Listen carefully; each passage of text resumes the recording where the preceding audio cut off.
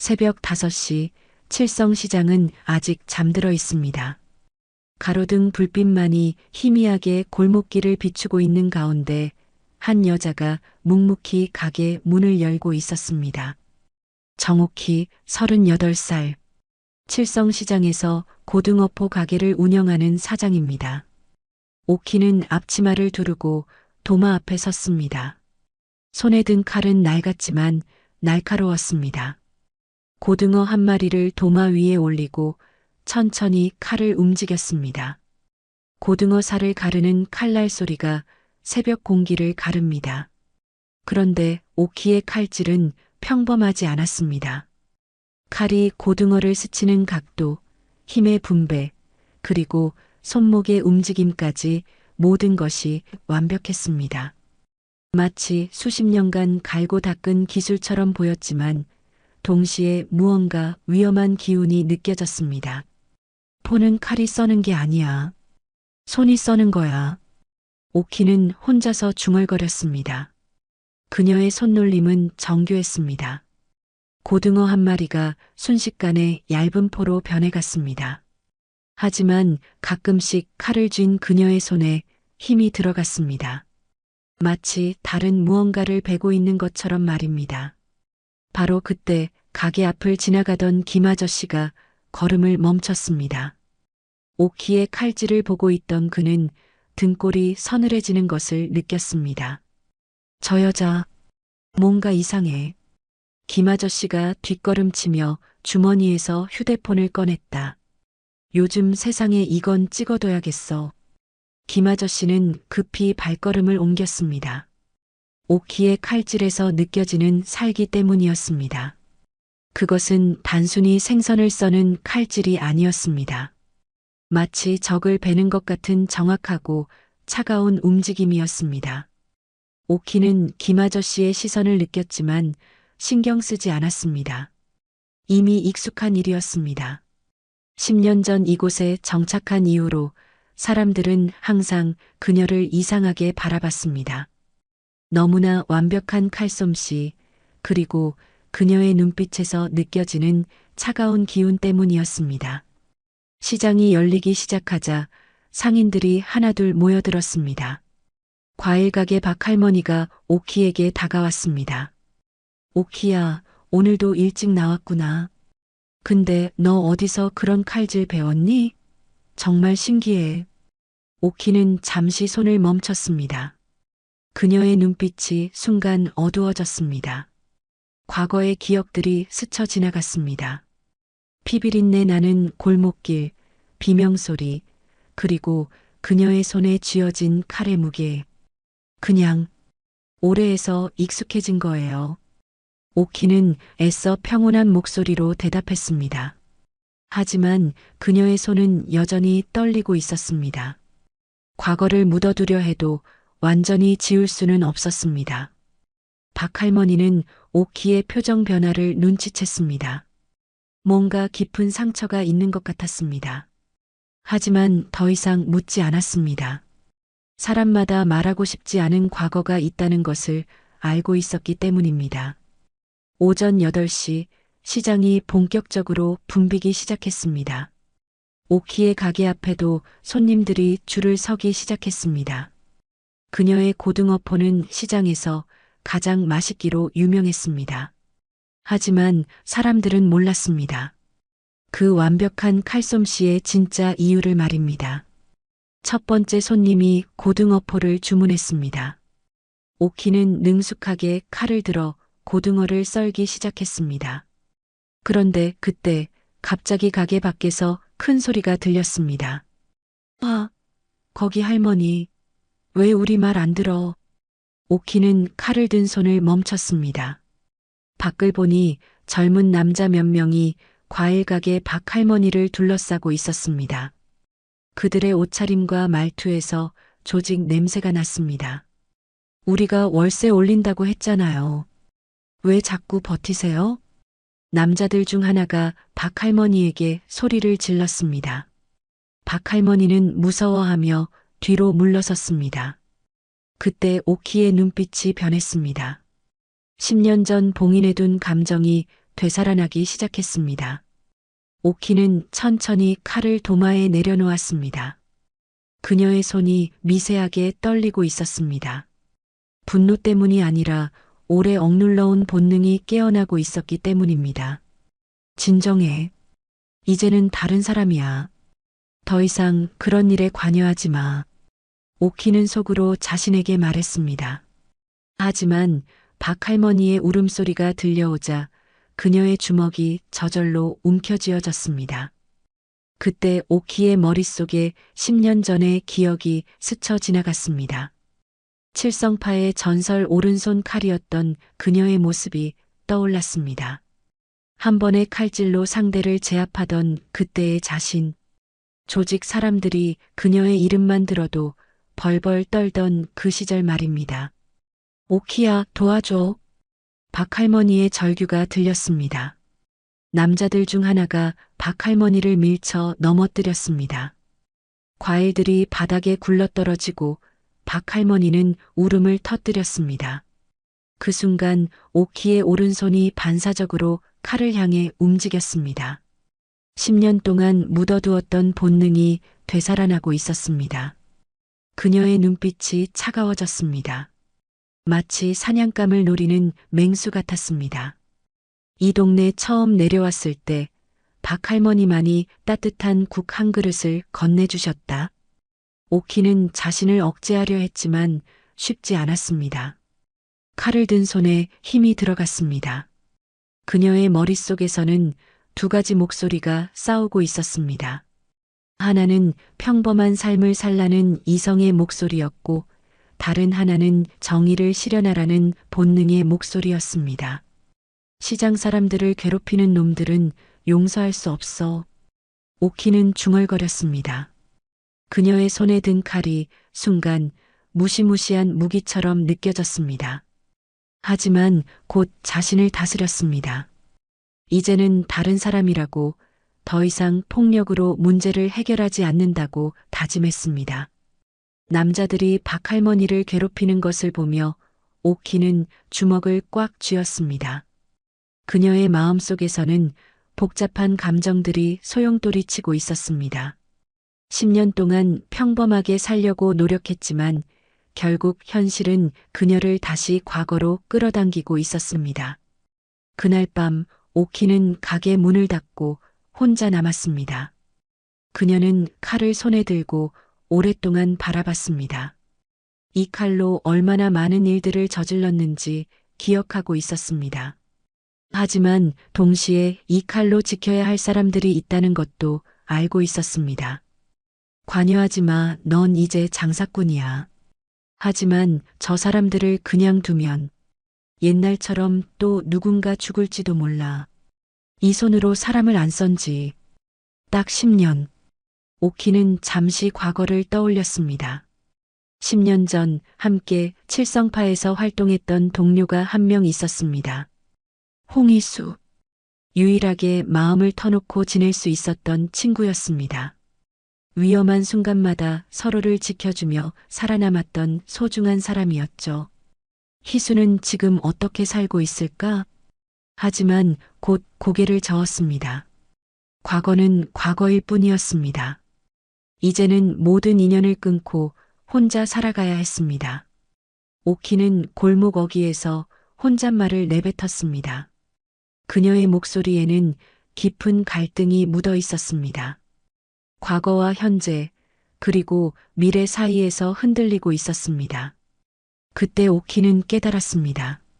아무리 평범한 삶을 살려고 해도 과거는 쉽게 지워지지 않는다는 것을, 그리고 곧 그 과거가 그녀를 다시 찾아올 것이라는 것을 말입니다. 다음 날 아침, 오키는 평소보다 일찍 가게를 열었습니다. 어젯밤 잠을 제대로 이루지 못했기 때문입니다. 박할머니를 괴롭히던 남자들의 얼굴이 계속 머릿속에 맴돌았습니다.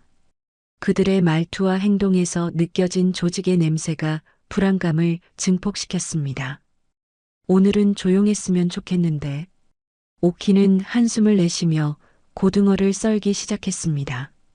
하지만 그녀의 예상과 달리 시장은 더욱 소란스러웠습니다. 상인들이 모여서 수군거리는 소리가 들렸습니다. 어제 그 남자들 봤어? 완전 조직 같던데. 박할머니가 많이 무서워하시더라. 이런 일이 또 생기면 어떡하지? 오키는 칼질을 멈추고 귀를 기울였습니다. 상인들의 걱정이 점점 커지고 있었습니다. 그때 멀리서 검은 승용차 소리가 들렸습니다. 시장 어귀에 차 문이 열리는 소리가 들리자 상인들의 목소리가 갑자기 작아졌습니다. 또 왔다. 김 아저씨가 작은 목소리로 중얼거렸습니다. 오키는 고개를 들어 시장 입구를 바라봤습니다. 어제보다 더 많은 남자들이 나타났습니다. 모두 검은 정장을 입고 있었고 그들의 걸음걸이에서 위협적인 기운이 느껴졌습니다. 맨 앞에 선 남자가 신상필이었습니다. 33살의 그는 도남의 간부였습니다. 차가운 눈빛과 냉소적인 미소를 띤 그의 얼굴에서 잔혹함이 느껴졌습니다. 그의 뒤를 따르는 조직원들은 모두 굵은 목소리와 험악한 표정을 하고 있었습니다. 좋은 아침입니다. 상인 여러분. 신상필이 큰 소리로 인사했습니다. 하지만 그의 목소리에는 조롱의 기운이 섞여 있었습니다. 상인들은 모두 겁에 질린 표정으로 그를 바라봤습니다. 어제 우리 말씀 잘 들으셨죠? 이제부턴 우리가 칠성시장을 관리합니다. 예전처럼 안 될 거예요. 신상필은 천천히 시장을 둘러봤습니다. 그의 시선이 닿는 곳마다 상인들은 고개를 숙였습니다. 마치 사냥감을 노리는 맹수의 눈빛이었습니다. 월세가 2배로 오릅니다. 그리고 우리와 계약하지 않으면 더 이상 이곳에서 장사할 수 없어요. 상인들 사이에서 술렁임이 일었습니다. 2배로 오른 월세를 감당할 수 있는 사람은 거의 없었습니다. 오랫동안 이곳에서 터를 잡고 살아온 사람들에게는 청천벽력 같은 소리였습니다. 이건 너무 심한 거 아닙니까? 우리가 어떻게 2배 월세를 감당해요? 한 상인이 용기를 내어 말했습니다. 하지만 신상필은 차가운 미소를 지으며 대답했습니다. 그건 우리 문제가 아니에요. 시대가 변했는데 아직도 옛날 방식으로 살려고 하시면 안 되죠. 신상필의 말에 상인들은 분노했지만 대놓고 반발할 수는 없었습니다. 그들 뒤에 서 있는 조직원들의 위협적인 모습 때문이었습니다. 그때 박할머니가 떨리는 목소리로 말했습니다. 제발, 우리 좀 살려주세요. 이곳에서 30년 넘게 장사했는데. 할머니, 감정적으로 접근하지 마세요. 이건 사업이에요. 신상필은 냉정하게 대답했습니다. 그의 목소리에는 일말의 동정심도 느껴지지 않았습니다. 마치 기계처럼 차가웠습니다. 이제 우리랑 계약 안 하면 장사 못합니다. 이해하셨죠? 신상필이 말을 마치자 조직원 중 한 명이 박할머니에게 다가갔습니다. 그는 박할머니의 과일 진열대를 발로 차버렸습니다.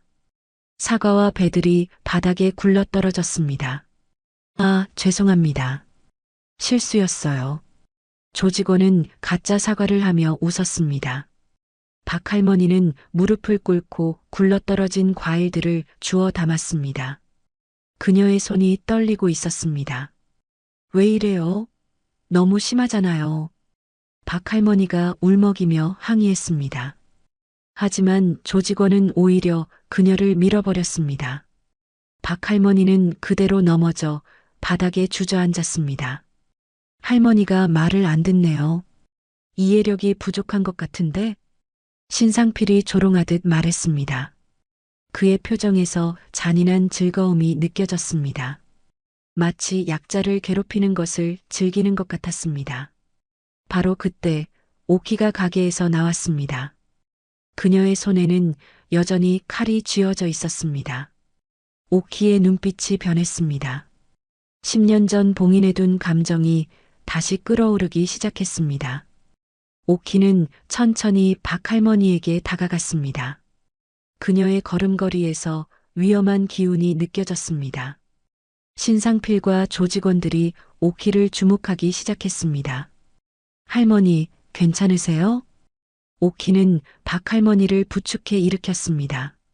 그녀의 목소리는 평온했지만 눈빛에는 분노가 타오르고 있었습니다. 박할머니는 고개를 끄덕이며 오키의 손을 잡았습니다. 고마워, 오키야. 신상필이 오키를 위아래로 훑어봤습니다.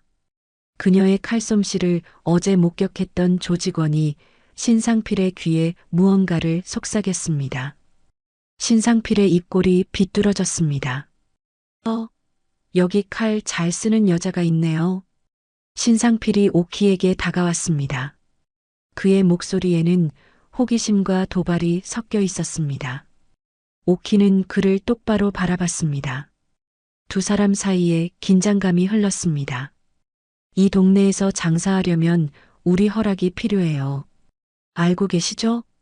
저는 그냥 조용히 장사만 하고 싶습니다. 오키는 차분하게 대답했습니다. 하지만 그녀의 손에 든 칼이 미세하게 떨리고 있었습니다. 분노를 억누르려는 노력 때문이었습니다. 조용히 장사하고 싶으시면 우리 말을 잘 들으세요. 그럼 아무 일도 안 생길 거예요. 신상필의 말에 오키의 인내심이 한계에 다다랐습니다. 그녀의 머릿속에서 과거의 기억들이 스쳐 지나갔습니다. 칠성파 시절, 이런 식으로 약자를 괴롭히던 놈들을 어떻게 처리했는지 기억났습니다. 하지만 오키는 자신을 억제했습니다. 이제는 다른 사람이라고, 더 이상 폭력으로 문제를 해결하지 않는다고 다짐했습니다. 하지만 그 다짐이 점점 흔들리고 있었습니다. 며칠 후 신상필은 혼자서 오키의 가게를 찾아왔습니다. 이번에는 조직원들을 대동하지 않았습니다. 그의 얼굴에는 자신만만한 미소가 떠 있었습니다. 마치 재미있는 장난감을 발견한 아이처럼 말입니다. 오키는 평소처럼 고등어를 썰고 있었습니다. 신상필의 발걸음 소리가 들렸지만 고개를 들지 않았습니다. 그저 묵묵히 칼질을 계속했습니다. 하지만 그녀의 손에 힘이 들어가는 것을 느낄 수 있었습니다. 안녕하세요, 사장님. 신상필이 가게 안으로 들어오며 인사했습니다. 그의 목소리에는 가식적인 정중함이 묻어 있었습니다. 오키는 여전히 대답하지 않았습니다. 무시하시네요. 그런데 여 사장님, 칼 좀 제대로 쓰시네요. 신상필이 조롱 섞인 말을 했습니다. 그는 오키의 반응을 지켜보며 즐거워하고 있었습니다. 마치 고양이가 쥐를 가지고 노는 것처럼 말입니다. 오키는 천천히 칼을 도마에 내려놓았습니다. 칼날이 나무 도마에 박히면서 둔탁한 소리가 났습니다. 그녀가 처음으로 신상필을 바라봤습니다. 두 사람의 시선이 마주쳤습니다. 뭐하러 왔어요? 오키의 목소리는 차분했지만 그 안에는 경고의 의미가 담겨 있었습니다. 신상필은 그 경고를 무시하고 더욱 가까이 다가왔습니다. 직접 제안을 하러 왔어요. 우리랑 일해 보실래요? 무슨 일이요? 사장님 같은 분이 그냥 생선 써는 건 아깝잖아요. 더 큰 일을 할 수 있을 텐데. 신상필의 말에 오키의 표정이 굳어졌습니다. 그가 무엇을 제안하려는지 짐작할 수 있었습니다. 과거 칠성파에서 수없이 들었던 그런 제안들이었습니다. 관심 없어요. 나가세요. 오키는 단호하게 거절했습니다. 하지만 신상필은 포기하지 않았습니다. 오히려 더욱 끈질기게 달라붙었습니다. 생각해 보세요. 여기서 고등어 팔아서 한 달에 얼마나 버세요? 우리랑 일하면 그것보다 훨씬 많이 벌 수 있어요. 마지막으로 말하는데 나가세요. 오키의 목소리가 낮아졌습니다. 위험한 신호였습니다. 하지만 신상필은 그것을 알아차리지 못했습니다. 아니면 알아차렸지만 무시했을 수도 있었습니다. 아, 그러고 보니 사장님 이름이 뭐죠? 정옥희? 어디서 들어본 이름인데. 신상필이 턱을 만지며 생각하는 척했습니다. 하지만 그의 표정에서 이미 무언가를 알고 있다는 것이 느껴졌습니다. 혹시 예전에 다른 일 하셨나요? 칼솜씨가 너무 좋아서. 그때 오키의 눈빛이 변했습니다. 10년 동안 억눌러왔던 분노가 폭발하기 시작했습니다. 그녀는 도마에 박힌 칼을 다시 집어들었습니다. 마지막 경고야. 지금 당장 내 가게에서 나가.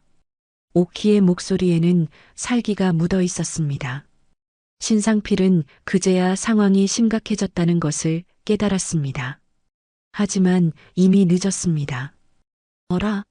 왜 이렇게 예민하게 반응하세요? 혹시 숨길 게 있나? 신상필이 도발적으로 말했습니다. 그는 오키의 과거에 대해 어느 정도 알고 있었습니다. 조직 내에서 오른손 칼에 대한 소문을 들었기 때문입니다.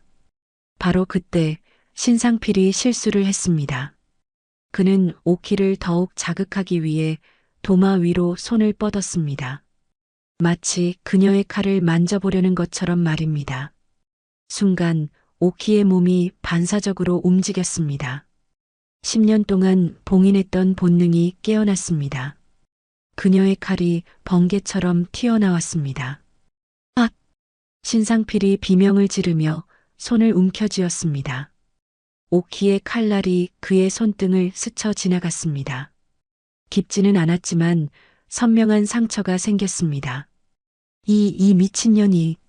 신상필이 분노에 찬 목소리로 소리쳤습니다. 하지만 오키의 차가운 눈빛을 마주하자 말을 멈췄습니다. 그녀의 눈에서 진짜 살기가 느껴졌습니다. 다신 내 가게 앞에 발도 디디지 마라. 이번이 마지막이야. 다시는 오지 마. 오키의 목소리는 얼음처럼 차가웠습니다. 그녀의 손에 든 칼이 햇빛에 반사되어 번쩍였습니다. 신상필은 본능적으로 뒤로 물러섰습니다. 기억해도 이런 식으로 나오면 안 되는 거야. 신상필이 떨리는 목소리로 말했습니다. 하지만 그의 위협은 전혀 위협적이지 않았습니다. 오히려 겁에 질린 것이 더 명확했습니다. 오키는 아무 말도 하지 않았습니다. 그저 칼을 든 채로 신상필을 바라봤습니다. 그녀의 시선에는 경고가 담겨 있었습니다. 더 이상 건드리면 정말 위험하다는 경고였습니다. 신상필은 서둘러 가게를 나갔습니다. 그의 등에서 식은땀이 흘러내리고 있었습니다. 문을 나서면서 그는 뒤돌아보지 않았습니다. 오키는 신상필이 완전히 사라진 후에야 칼을 내려놓았습니다. 그녀의 손이 떨리고 있었습니다. 10년 만에 다시 사람에게 칼을 겨눈 것이었습니다. 이런, 결국 이렇게 되는구나. 오키는 한숨을 내쉬었습니다. 평범한 삶을 살려던 그녀의 노력이 무너져가고 있었습니다. 하지만 동시에 마음 한편으로는 후련함도 느껴졌습니다. 그날 오후 신상필과의 일이 시장에 소문으로 퍼졌습니다. 목격자들이 있었기 때문입니다. 사람들은 수군거리며 이야기했습니다. 정옥희가 그 조직 놈을 칼로 찔렀다는데? 진짜? 그런데 어떻게 그렇게 할 수 있었지? 원래 보통 사람이 아니었나 봐.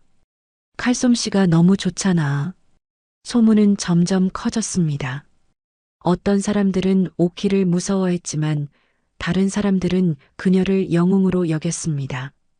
조직원들에게 당당하게 맞선 유일한 사람이었기 때문입니다.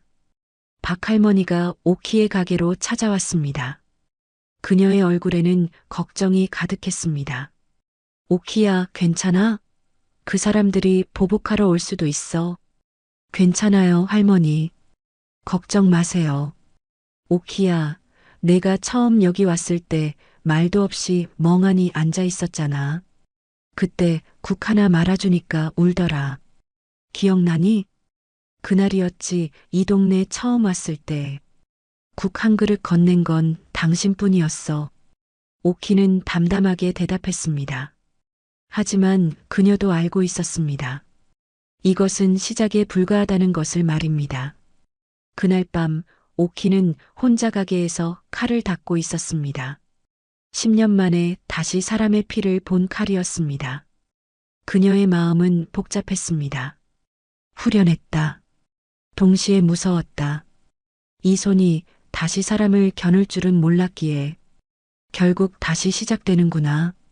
이 칼은 예전엔 상처를 냈지만 이제는 삶을 지킨다. 고등어처럼 조심스럽게 오키는 중얼거렸습니다. 평범한 삶은 이미 끝났습니다. 이제 그녀는 과거와 마주해야 했습니다. 그리고 곧 더 큰 시련이 기다리고 있다는 것을 알고 있었습니다. 오키가 신상피를 칼로 위협한 지 사흘이 지났습니다. 시장은 표면적으로는 평온해 보였지만 상인들의 불안감은 더욱 커지고 있었습니다. 도나메가 언제 보복에 나설지 모르는 상황이었습니다. 그날 저녁 오키는 가게 정리를 하고 있었습니다. 문득 가게 밖이 조용해진 것을 느꼈습니다. 평소 같으면 아직 사람들이 오가는 시간이었는데 이상하게 적막했습니다. 누가 와 있구나. 오키는 직감적으로 알 수 있었습니다. 10년 전 조직에 있을 때 몸에 밴 감각이었습니다. 누군가 자신을 지켜보고 있다는 것을 말입니다. 과연 시장 어귀에 검은 승용차가 멈춰 있었습니다. 하지만 이번에는 신상필이 아니었습니다. 차에서 내린 남자는 60대로 보였습니다. 회색 양복을 입은 그의 모습에서 범상치 않은 기운이 느껴졌습니다. 남자는 천천히 오키의 가게로 걸어왔습니다. 그의 걸음걸이는 여유로웠지만 동시에 위압감이 있었습니다. 조직의 높은 사람임을 한눈에 알 수 있었습니다. 정오키 씨. 남자가 가게 앞에 서서 오키를 불렀습니다. 그의 목소리는 낮고 차분했습니다. 하지만 그 안에는 냉기가 서려 있었습니다. 오키는 칼을 내려놓고 남자를 바라봤습니다. 그의 얼굴을 보는 순간 기억이 되살아났습니다. 장기석. 과거 칠성파의 큰형님이었던 그 남자였습니다. 오래간만이구나, 오키야. 장기석이 씁쓸한 미소를 지었습니다. 10년 만에 만난 아버지와 딸이었습니다. 하지만 두 사람 사이에는 따뜻함이 전혀 느껴지지 않았습니다. 왜 왔어요? 오키의 목소리는 차가웠습니다. 그녀에게 장기석은 더 이상 아버지가 아니었습니다. 과거를 버리고 새로운 삶을 시작하겠다고 결심했을 때 그와의 인연도 끊어버렸습니다. 내가 신상피를 다치게 했다는 소식을 들었어. 그래서 왔다. 장기석의 말에 오키의 표정이 굳어졌습니다. 그는 여전히 조직과 연결되어 있었습니다. 10년 전 모든 것을 버렸다고 했지만 완전히 발을 뺀 것은 아니었던 것입니다. 그놈이 먼저 시비를 걸었어요. 저는 방어했을 뿐입니다. 방어라고? 오키야, 내가 누구인지 잊었나? 한때 칠성파의 전설이었던 오른손 칼이었잖아. 장기석의 말에 오키는 고개를 돌렸습니다. 그녀는 그 이름을 다시 듣고 싶지 않았습니다. 과거의 자신을 완전히 묻어버리고 싶었습니다. 그런 이름은 이제 없어요. 저는 그냥 고등어포 파는 정오키예요. 그럴 수 있을까? 피는 속일 수 없어, 오키야. 장기석이 한 걸음 가까이 다가왔습니다. 그의 눈빛에서 복잡한 감정이 느껴졌습니다. 미안함과 동시에 두려움도 섞여 있었습니다. 아버지는 왜 그때 조직을 버렸어요? 오키가 갑자기 물었습니다. 10년 동안 묻고 싶었던 질문이었습니다. 장기석은 잠시 말을 멈췄습니다. 살고 싶었어. 그리고 너도 살리고 싶었고, 그 과정에서 얼마나 많은 사람들이 죽었는지 아세요? 오키의 목소리에 분노가 섞였습니다. 장기석이 조직을 버린 후 칠성파 내부에서 큰 분열이 일어났습니다. 그 과정에서 많은 사람들이 희생되었습니다. 그 중에 신상필의 아버지도 있었죠. 장기석의 얼굴이 어두워졌습니다. 그는 그 일을 잊고 싶어 했지만 결국 과거가 다시 찾아온 것입니다. 신상필이 왜 우리를 찾는지 이제 알겠어요. 복수하려는 거죠. 오키의 말에 장기석이 고개를 끄덕였습니다. 신상필의 아버지는 장기석의 오른팔이었습니다. 하지만 조직 분열 당시 장기석을 믿고 따라갔다가 구속되었고 감옥에서 병사했습니다. 그때 상필이는 고작 20살이었어.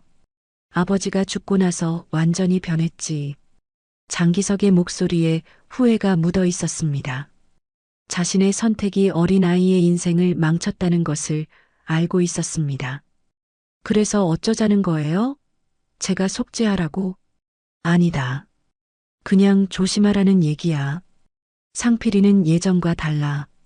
완전히 미쳐버렸어. 장기석의 경고에 오키는 냉소적으로 웃었습니다. 이제 와서 아버지 행세를 하려는 것이 우스웠습니다. 10년 전에 저를 버렸으면서 이제 와서 걱정되세요? 버린 게 아니야. 지키려고 한 거였어. 지키려고요? 그럼 왜 혼자 도망갔어요? 저를 두고 말이에요. 오키의 목소리가 높아졌습니다. 10년 동안 쌓인 원망이 터져 나왔습니다. 장기석은 아무 말도 할 수 없었습니다. 그때 내가 널 데려갔다면 평범한 삶을 살 수 없었을 거야. 평범한 삶이요? 저 혼자 조직의 추격을 피해 도망다니는 게 평범한 삶이었나요? 오키의 말에 장기석의 얼굴이 일그러졌습니다. 그는 딸을 지키려고 했지만 결국 더 큰 고통을 안겨준 것입니다. 미안해, 오키야. 정말 미안해. 사과는 필요 없어요. 그냥 가세요. 오키가 단호하게 말했습니다. 하지만 장기석은 쉽게 물러나지 않았습니다. 상필이가 본격적으로 움직이기 시작했어. 도남의 전체가 너를 노리고 있다. 그게 제 문제예요. 아버지는 상관없잖아요. 상관없을 수가 있나? 넌 내 딸이야. 장기석의 말에 오키는 격하게 반응했습니다. 그녀는 칼을 다시 집어들었습니다. 딸이라고 하지 마세요. 저는 이미 장기석의 딸이 아닙니다. 칼을 든 오키의 모습에서 장기석은 과거의 오른손 칼을 보았습니다. 차가운 눈빛과 완벽한 칼 자세는 여전했습니다. 그래도 피는 못 속여, 오키야. 넌 여전히 내 딸이고 칠성파의 후예야. 그런 피라면 차라리 버리고 싶어요. 오키의 말에 장기석은 깊은 한숨을 내쉬었습니다. 그는 더 이상 할 말이 없었습니다. 조심해라. 상필이는 예전 우리와는 다르다. 더 잔인하고 더 집요해. 그때 오키의 머릿속에 20살 아버지가 감옥에서 죽었다는 소식을 들었던 그날, 장기석이 차가운 목소리로 말했던 그 한마디가 아직도 귀에 맴돌았습니다. 내 아버진 필요 없는 조각이었어. 그리고 너도 마찬가지야. 그 말과 함께 칠성시장에서 쫓겨났던 기억. 아버지의 죽음과 함께 모든 것을 잃었던 그 시절 말입니다. 넌 몰라. 어릴 때 여기서 쫓겨난 기억이 뭔지. 신상필이 중얼거렸습니다. 이곳은 단순한 장사터가 아니었습니다. 자신의 모든 것을 빼앗아간 장기석과 그의 딸에게 복수하기 위한 무대였습니다. 장기석이 마지막 경고를 남기고 돌아서려 했습니다. 그때 오키가 다시 말했습니다. 아버지도 조심하세요. 상필이 노리는 건 저뿐만이 아닐 테니까. 장기석이 뒤를 돌아봤습니다. 딸의 걱정 어린 목소리에 잠시 마음이 흔들렸습니다. 하지만 곧 차가운 표정으로 돌아왔습니다. 나는 이미 다 끝난 사람이야. 상필이도 그걸 안다. 장기석이 차로 돌아가며 마지막으로 말했습니다. 오키는 그의 뒷모습을 바라보며 복잡한 감정에 휩싸였습니다. 차가 사라진 후 오키는 혼자 가게에 남았습니다. 아버지와의 만남은 그녀에게 큰 충격이었습니다. 과거가 단순히 기억이 아니라 현실로 다시 돌아온 것입니다. 결국 피해갈 수 없는 거구나. 오키는 중얼거렸습니다. 신상필의 복수, 그리고 그 배후에 있는 더 큰 음모를 직감할 수 있었습니다. 평범한 삶을 꿈꾸던 그녀에게 진짜 시련이 시작되고 있었습니다. 장기석과의 만남 이후 일주일이 지났습니다. 오키는 평소보다 더 조심스럽게 생활했습니다. 가게 문을 열기 전에 주변을 살피고 밤늦게까지 불을 켜두지 않았습니다. 하지만 시장 사람들은 여전히 그녀를 믿고 의지하고 있었습니다. 오키야, 고등어포 좀 주세요. 박할머니가 평소처럼 가게로 찾아왔습니다. 하지만 그녀의 얼굴에는 걱정이 가득했습니다. 도남회의 압박이 계속되고 있었기 때문입니다. 할머니, 요즘 어떠세요? 그냥 버티고 있어. 다른 도리가 없잖아. 박할머니의 말에 오키는 마음이 아팠습니다. 자신 때문에 시장 사람들이 더 큰 고통을 받고 있는 것 같았습니다. 그날 오후 시장에 또다시 검은 승용차들이 나타났습니다. 이번에는 신상필이 직접 왔습니다. 그의 손에는 아직 오키가 낸 상처가 남아 있었습니다. 붕대로 감싸져 있었지만 그 상처는 그에게 굴욕의 상징이었습니다. 정오키, 나와. 신상필이 가게 앞에서 큰 소리로 외쳤습니다. 그의 목소리에는 분노와 복수심이 가득했습니다. 상인들이 하나둘 숨어버렸습니다. 오키는 천천히 가게에서 나왔습니다. 그녀의 손에는 여전히 칼이 들려 있었습니다. 두 사람이 다시 마주 섰습니다. 또 왔네요. 이번에는 끝을 보자. 신상필의 말에 오키는 고개를 저었습니다. 그녀는 더 이상 싸우고 싶지 않았습니다. 그만해. 이 시장 사람들은 너한테 아무 짓도 안 했어. 상필이 피식 웃으며 대답했습니다. 아무 짓도 안 했다고? 그게 문제지. 그의 목소리가 갑자기 차가워졌습니다. 이 동네, 나한테는 지옥이었어. 어릴 때 이 시장 바닥에서 내 엄마가 무릎 꿇고 구걸했지. 그때 날 못 본 척 지나친 게 누구였게? 오키가 일순말을 멈췄습니다. 상필의 얼굴이 일그러진 채 속삭이듯 말했습니다. 난 이제 이 시장을 무릎 꿇게 할 거야. 그때 내 엄마처럼 단 한 명도 빠짐없이.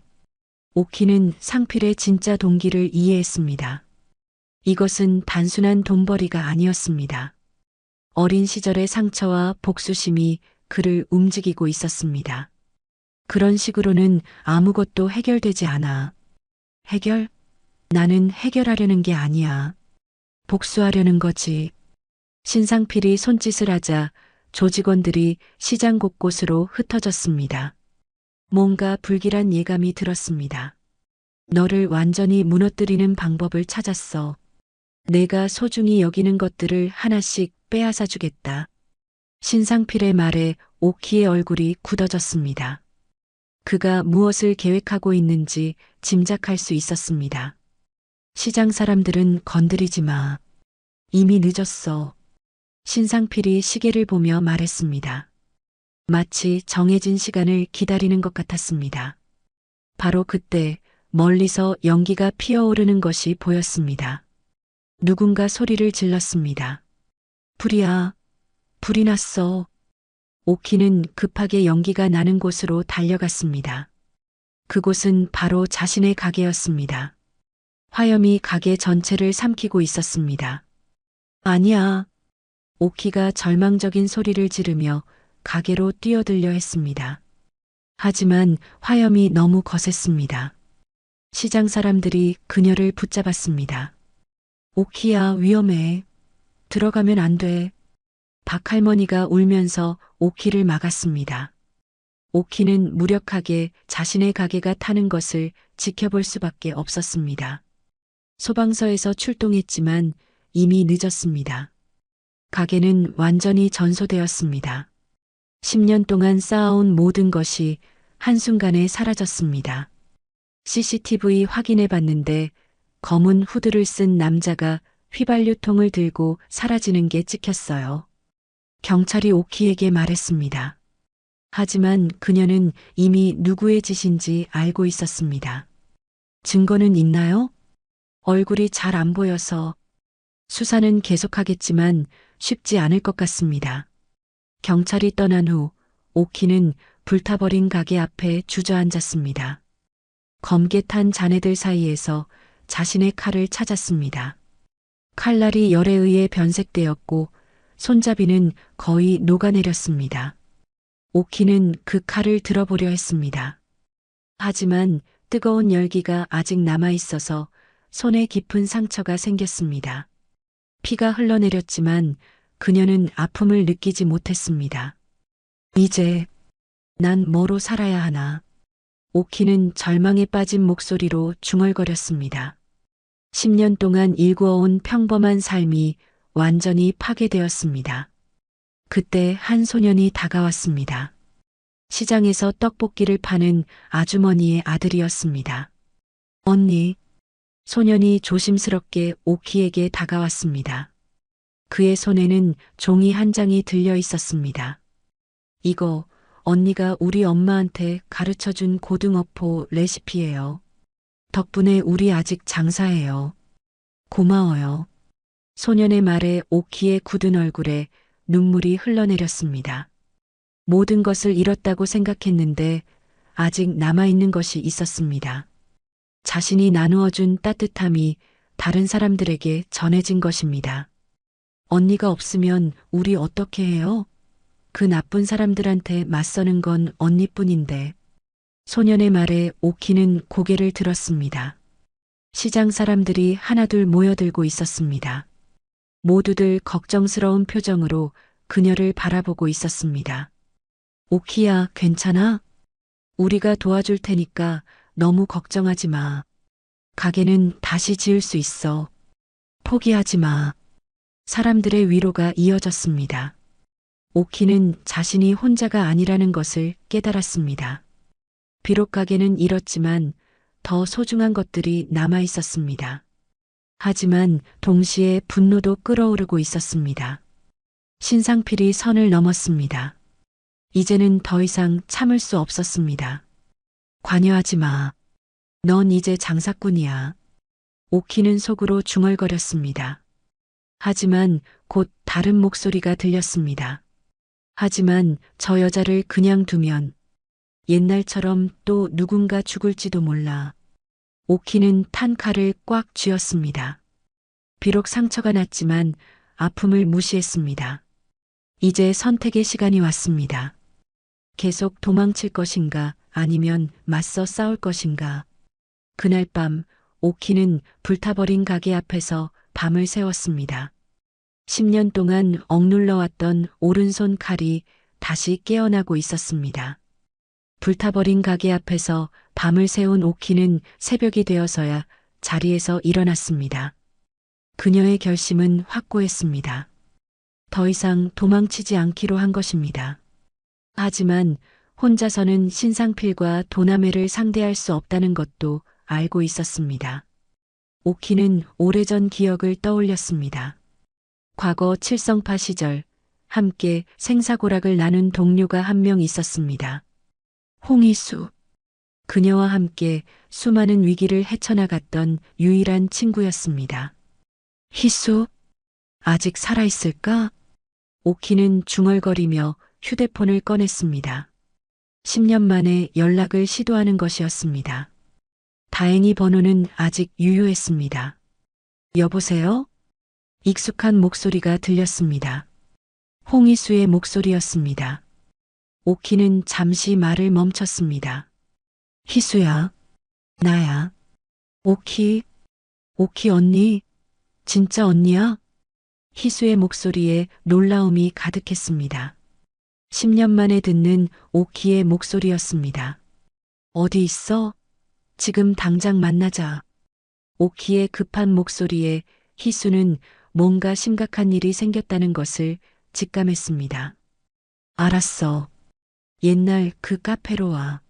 1시간 후에. 2시간 후 오키는 시내의 작은 카페에서 희수를 만났습니다. 10년 만에 본 희수는 많이 변해 있었습니다. 예전의 날카로운 모습은 사라지고 평범한 직장인의 모습이었습니다. 언니, 진짜 언니구나. 희수가 눈물을 글썽이며 말했습니다. 두 사람은 잠시 아무 말 없이 서로를 바라봤습니다. 어떻게 살았어? 그냥 평범하게. 지역 생활정보지에서 기자 일하고 있어. 언니는 시장에서 고등어포 팔았어. 팔았었다가 맞지.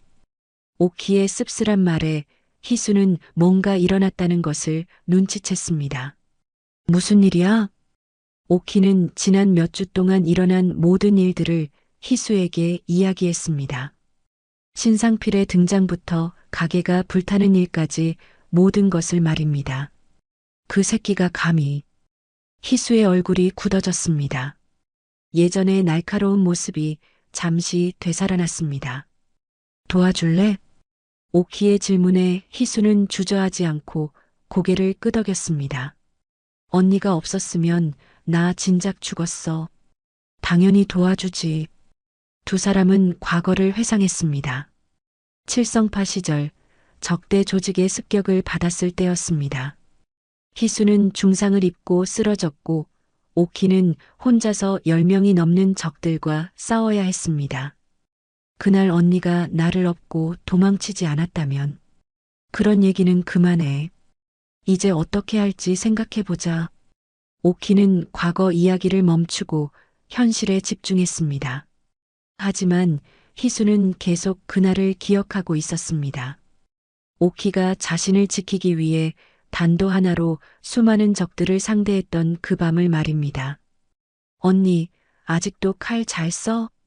10년 만에 다시 들었는데 아직 손에 감각이 남아있더라. 오키는 자신의 손을 바라봤습니다. 어젯밤 화상을 입은 상처가 아직 아물지 않았지만 칼을 쥘 수는 있었습니다. 그럼 이제 다시 시작하는 거야? 아니야. 이번에는 달라. 예전처럼 사람을 해치려는 게 아니야. 오키의 말에 희수는 고개를 갸웃했습니다. 그럼 어떻게? 시장 사람들과 함께 정식으로 맞서는 거야. 협동조합을 만들고 치안자치회도 조직하자. 오키의 제안에 희수의 눈이 빛났습니다. 폭력이 아닌 합법적인 방법으로 맞서겠다는 것이었습니다. 좋은 생각이야. 내가 기자니까 언론을 통해서도 도울 수 있고, 그리고 한 가지 더. 도남회의 불법 거래 증거를 찾아야 해. 오키의 말에 희수는 놀랐습니다. 그런 게 있어? 10년 전 아버지가 조직을 나올 때 몰래 빼돌린 자료들이 있어. 그 안에 도남회 관련 내용도 있을 거야. 어디에 있는데? 그걸 찾아야 해. 아버지를 다시 만나야겠어. 오키는 며칠 전 만났던 장기석을 떠올렸습니다. 그가 과거의 자료들을 보관하고 있을 가능성이 높았습니다. 위험하지 않을까? 위험해도 해야 해. 이번에는 제대로 끝내고 싶어. 두 사람은 구체적인 계획을 세웠습니다. 먼저 시장 상인들을 설득해서 협동조합을 만들고 동시에 도남회의 불법 증거를 찾아 경찰에 신고하는 것이었습니다. 언니, 그런데 정말 괜찮아? 다시 그 세계로 발을 들이는 거잖아. 희수의 걱정에 오키는 쓴웃음을 지었습니다. 이미 발을 들였어. 신상필이 그렇게 만들었으니까. 그래도 조심해야 해. 예전과는 상황이 달라. 알아. 하지만 이번에는 혼자가 아니야. 너도 있고 시장 사람들도 있어. 오키의 말에 희수는 고개를 끄덕였습니다. 예전처럼 둘이서 함께 싸우는 것이었습니다. 그날 저녁 오키와 희수는 시장으로 돌아갔습니다. 상인들에게 협동조합 결성을 제안하기 위해서였습니다. 여러분, 이제 더 이상 당하고만 있을 수는 없어요. 오키가 모인 상인들에게 말했습니다. 처음에는 반신반의하던 사람들도 점차 오키의 말에 귀를 기울였습니다. 함께 뭉치면 이길 수 있어요. 협동조합을 만들어서 정식으로 맞서는 거예요. 박할머니가 먼저 손을 들었습니다. 나는 오키 말에 찬성해. 이대로는 안 되겠어. 하나둘씩 동조하는 목소리가 이어졌습니다. 오키는 마음이 뜨거워졌습니다. 혼자가 아니라는 느낌이었습니다. 그리고 한 가지 더 말씀드릴 게 있어요. 오키는 잠시 망설이다가 말을 이었습니다. 저는 예전에 다른 일을 했었어요. 좋지 않은 일이었죠. 하지만 이제는 다릅니다. 여러분을 지키기 위해서 싸우고 싶어요. 상인들은 오키의 고백에 놀랐지만 누구도 그녀를 비난하지 않았습니다. 오히려 더욱 믿음직스럽게 여겼습니다. 오키야, 과거는 중요하지 않아. 지금 내가 어떤 사람인지만 중요해. 김 아저씨가 말했습니다. 다른 사람들도 고개를 끄덕였습니다. 그날 밤 오키는 희수와 함께 구체적인 행동 계획을 세웠습니다. 내일부터 본격적으로 움직이기로 했습니다. 언니, 정말 예전으로 돌아가는 기분이야. 아니야. 이번에는 달라. 우리는 정의를 위해 싸우는 거야. 오키의 말에 희수는 미소를 지었습니다. 언니는 여전히 멋있었습니다. 오키와 희수가 협동조합을 결성한 지 일주일이 지났습니다. 시장 상인들은 단결해서 도남회의 압박에 맞서고 있었습니다. 하지만 신상필은 가만히 있지 않았습니다.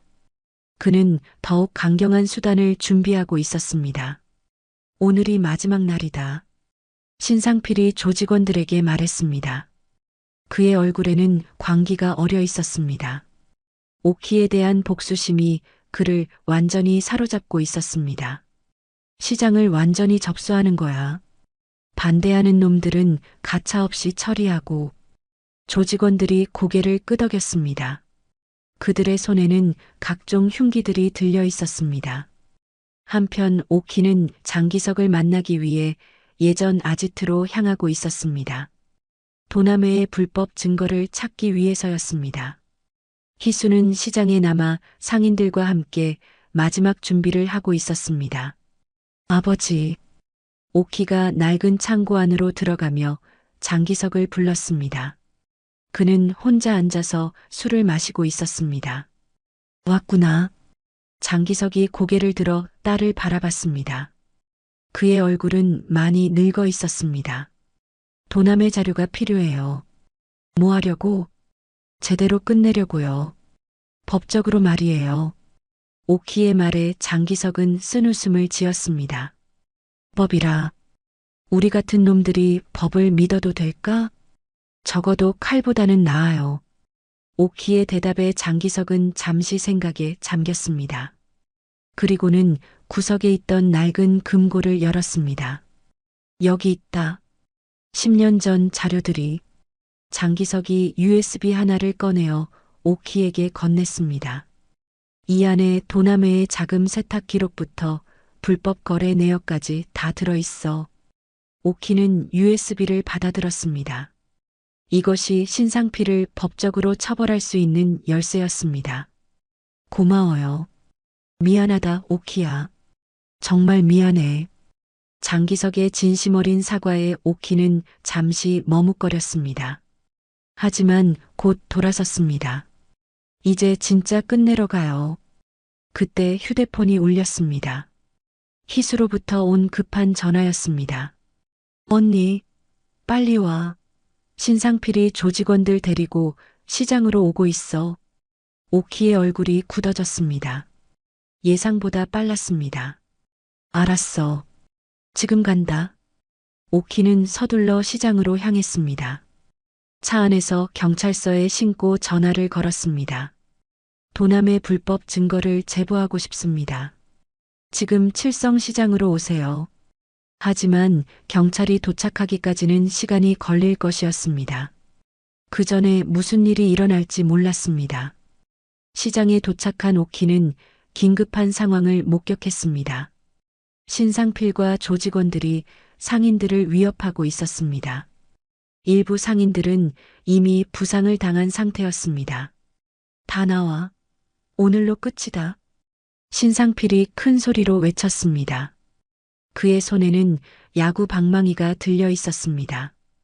더 이상 참지 않겠어. 이 시장은 이제 우리 거야. 상인들은 무서워서 떨고 있었습니다. 희수가 그들을 보호하려고 했지만 역부족이었습니다. 바로 그때 시장 정문에 한 명의 여자가 나타났습니다. 후드티를 쓴 오키였습니다. 그녀의 손에는 새로 구한 단도가 들려 있었습니다. 신상필, 오키의 차가운 목소리가 시장에 울려 퍼졌습니다. 모든 사람들의 시선이 그녀에게 집중되었습니다. 오, 드디어 나타났네. 숨어 있을 줄 알았는데. 신상필이 비웃으며 말했습니다. 하지만 그의 눈에는 긴장감이 스쳐 지나갔습니다. 이제 그만해. 경찰도 오고 있어. 경찰? 하하. 늦었어. 신상필이 조직원들에게 손짓했습니다. 10명이 넘는 조직원들이 오키를 둘러쌌습니다. 이번에는 끝장을 보자. 오키는 차분하게 주변을 살폈습니다. 상대가 많았지만 불가능하지는 않았습니다. 10년의 공백이 있었지만 몸은 아직 기억하고 있었습니다. 시장 사람들한테는 손대지 마. 그건 내가 결정할 일이 아니야. 신상필이 방망이를 휘두르며 달려들었습니다. 오키는 침착하게 피했습니다. 그리고 순간적으로 반격했습니다. 오키의 칼이 신상필의 손목을 스쳤습니다. 방망이가 땅에 떨어졌습니다. 아! 신상필이 고통에 찬 비명을 질렀습니다. 다른 조직원들이 일제히 달려들었습니다. 하지만 오키는 다른 사람이었습니다. 오른손 칼의 실력은 여전했습니다.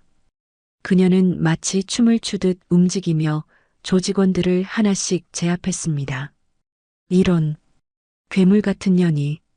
신상필이 중얼거렸습니다. 오키의 움직임은 10년 전과 다를 바 없었습니다. 하지만 이번에는 달랐습니다. 오키는 치명상을 입히지 않았습니다. 단지 무력화시킬 뿐이었습니다. 사람을 죽이는 칼이 아니라 지키는 칼이었습니다. 마지막에 신상필만 남았습니다. 그는 땅에 쓰러진 채로 오키를 올려다보고 있었습니다. 끝났어. 오키가 신상필의 목에 칼을 댔습니다. 하지만 죽이지는 않았습니다. 이제부턴 생선만 썬다. 다시는 사람 안 썰 수 있게 해줘. 오키의 말에 신상필은 공포에 질린 눈으로 그녀를 바라봤습니다. 바로 그때 경찰 사이렌 소리가 들렸습니다. 오키가 신고한 경찰들이 도착한 것입니다. 신상필, 도남의 불법 자금 세탁 혐의로 체포합니다. 경찰이 신상필을 체포했습니다. 오키가 제공한 USB의 자료들이 결정적인 증거가 된 것입니다. 시장 사람들이 박수를 치며 환호했습니다. 드디어 평화가 찾아온 것입니다. 고마워, 오키야. 박 할머니가 눈물을 흘리며 오키를 껴안았습니다. 다른 상인들도 하나둘 다가와서 고마움을 표했습니다. 오키는 칼을 내려놓고 시장 어귀를 조용히 걸어갔습니다. 이제 정말 모든 것이 끝났습니다. 언니, 희수가 뒤따라왔습니다. 어디가? 새로 시작하러. 오키는 미소를 지으며 대답했습니다. 이제 진정한 평화를 찾을 수 있을 것 같았습니다. 신상필과 도남회가 완전히 사라진 지 한 달이 지났습니다. 칠성시장은 예전의 활기를 되찾았습니다. 상인들은 다시 웃음을 찾았고 손님들도 안심하고 장을 볼 수 있게 되었습니다. 오키는 시장 한편에 새로운 가게를 열었습니다. 전소된 예전 자리는 너무 많은 아픈 기억이 있어서 다른 곳을 선택했습니다. 시장 사람들이 모두 힘을 합쳐 가게를 다시 짓는데 도움을 주었습니다. 새 가게 간판에는 이렇게 적혀 있었습니다. 정옥희 고등어포 마이너스 마음까지 썰어드립니다. 가게 이름을 정할 때 박 할머니가 제안한 문구였습니다. 오키는 처음에는 쑥스러워했지만 결국 그 따뜻한 마음을 받아들였습니다. 오키야, 오늘도 일찍 나왔구나. 박할머니가 아침 일찍 가게로 찾아왔습니다. 요즘 두 사람은 더욱 가까워졌습니다. 마치 진짜 할머니와 손녀 같은 사이가 되었습니다. 네, 할머니. 고등어포 좀 싸드릴까요? 그래, 우리 손자가 내 고등어포를 제일 좋아한다니까. 오키는 미소를 지으며 고등어를 썰기 시작했습니다. 그녀의 칼솜씨는 여전했습니다. 하지만 이제는 다른 의미였습니다. 사람을 해치는 칼이 아니라 사람을 기쁘게 하는 칼이었습니다. 포는 칼이 써는 게 아니야. 손이 써는 거야. 오키는 예전처럼 혼자 중얼거렸습니다. 하지만 이제 그 말의 의미가 달라졌습니다. 마음을 담아 써는 칼이라는 뜻이었습니다. 고등어 한 마리가 순식간에 얇고 고운 포로 변했습니다. 전날보다 더 정성스럽게, 더 세심하게 썬 것입니다. 역시 우리 오키가 최고야. 박할머니가 만족스럽게 말했습니다. 오키는 수줍게 웃었습니다. 그때 가게 앞으로 낯익은 얼굴이 나타났습니다. 희수였습니다. 그녀는 요즘 자주 시장에 놀러 왔습니다. 기자 일을 하면서도 시간이 날 때마다 오키를 만나러 왔습니다. 언니, 안녕. 희수야, 어서 와. 희수는 오키 옆에 자연스럽게 앉았습니다. 두 사람은 이제 예전처럼 편안한 사이가 되었습니다. 언니, 오늘 신문 봤어? 희수가 신문을 펼쳐 보였습니다. 거기에는 도남의 일당들의 재판 소식이 실려 있었습니다. 신상필, 징역 7년 확정. 도남의 조직원들도 모두 처벌받았네. 오키는 신문을 보며 복잡한 심정이 되었습니다. 복수를 원했던 것은 아니었지만 정의가 실현된 것은 다행이었습니다. 잘 됐어. 이제 정말 끝난 거네. 응. 이제 정말 새로운 시작이야. 희수의 말에 오키는 고개를 끄덕였습니다. 과거는 완전히 정리되었습니다. 오후가 되자 시장이 더욱 붐비기 시작했습니다. 오키의 가게 앞에도 긴 줄이 생겼습니다. 그녀의 고등어포는 여전히 시장에서 가장 인기가 많았습니다. 오키 사장님, 고등어포 한 팩 주세요. 네, 금방 썰어드릴게요. 오키는 능숙하게 칼을 들었습니다. 그런데 칼을 쥐는 순간 잠깐 오른손 손등에 남겨진 오래된 칼자국이 드러났습니다. 화상을 입었을 때 생긴 흉터와 함께 과거의 상처들이 희미하게 남아 있었습니다. 하지만 오키는 개의치 않았습니다. 그 상처들도 이제는 자신의 일부였습니다. 과거를 부정하지 않고 받아들이면서 새로운 삶을 살아가는 것이었습니다. 사장님, 정말 칼 잘 쓰시네요. 어디서 배우신 거예요? 한 손님이 호기심 어린 눈으로 물었습니다. 예전 같으면 당황했을 질문이었지만 이제 오키는 태연하게 대답할 수 있었습니다. 오랫동안 연습했어요. 정성을 담아서 쓰는 게 중요하죠. 그래서 이렇게 맛있는 거구나. 손님이 만족스럽게 말하며 고등어포를 받아갔습니다.